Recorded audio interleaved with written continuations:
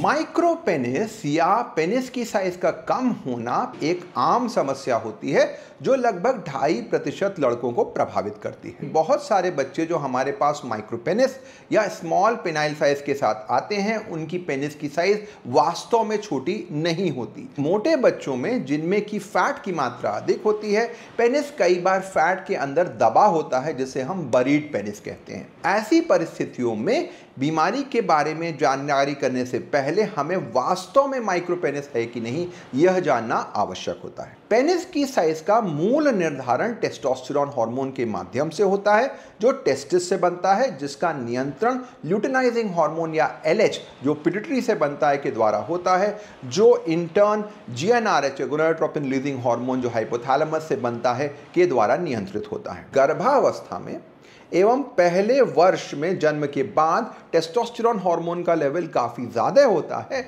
इसलिए पेनिस की साइज में काफ़ी ग्रोथ होती है। उसके पश्चात जो पेनिस की ग्रोथ होती है वो बहुत सीमित होती है, लिमिटेड होती है, जब तक कि प्यूबर्टी या शारीरिक विकास ना हो। तो 1 वर्ष तक हम यह उम्मीद रख सकते हैं कि पेनिस की साइज में इंक्रीज होगा।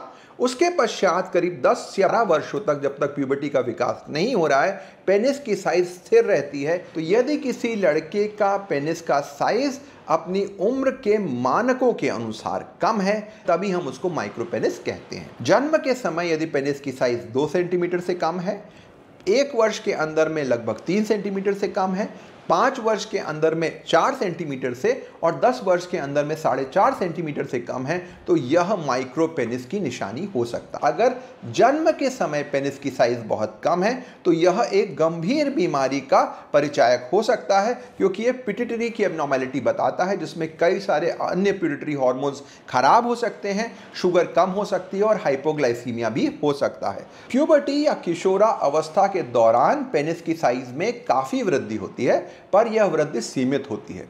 तो यदि किसी लड़के की पेनिस की साइज प्यूबर्टी या किशोरावस्था के आरंभ में कम है, तो वो अंत में भी कम रहने की संभावना होती है।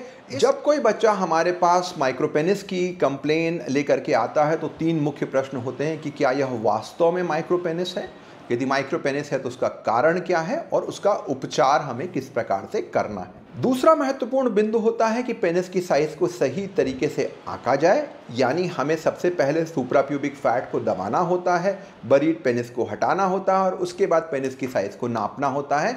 माइक्रोपेनिस के लड़कों में जो हार्मोनल इवैल्यूएशन किया जाता है, उसमें मूलतः टेस्टोस्टेरोन, LH और FSH हार्मोन्स होते हैं। माइक्रोपेनिस का उपचार टेस्टोस्टेरोन के इंजेक्शंस के माध्यम से किया जाता है। टेस्टोस्टेरोन का इंजेक्शन सिर्फ तभी देना चाहिए जब वो आवश्यक हो और उसे पीडियाट्रिक एंडोक्रिनोलॉजिस्ट की निगरानी में देना चाहिए, क्योंकि इसके गंभीर दुष्प्रभाव भी हो सकते हैं। जब हम किसी बच्चे को टेस्टोस्टेरोन इंजेक्शन देते हैं तो बहुत ही कम डोज मर देते हैं और यह उद्देश्य रखते हैं कि वो एक नॉर्मल साइज पर पहुंच जाए, उसकी साइज बहुत ज़्यादा भी ना बढ़े, और तभी तक देना चाहिए जब वो साइज उस नॉर्मल कैटेगरी में आ जाती है। 80 से 85% लड़के जिनको पेनिस की साइज कम होती है, उनका आगे चलकर शारीरिक विकास नॉर्मल होता है, पर 10 से 15% में किसी प्रकार का ऐसा रोग हो सकता है जो जन्म से था और आगे चल के भी विकास नहीं हो पाया।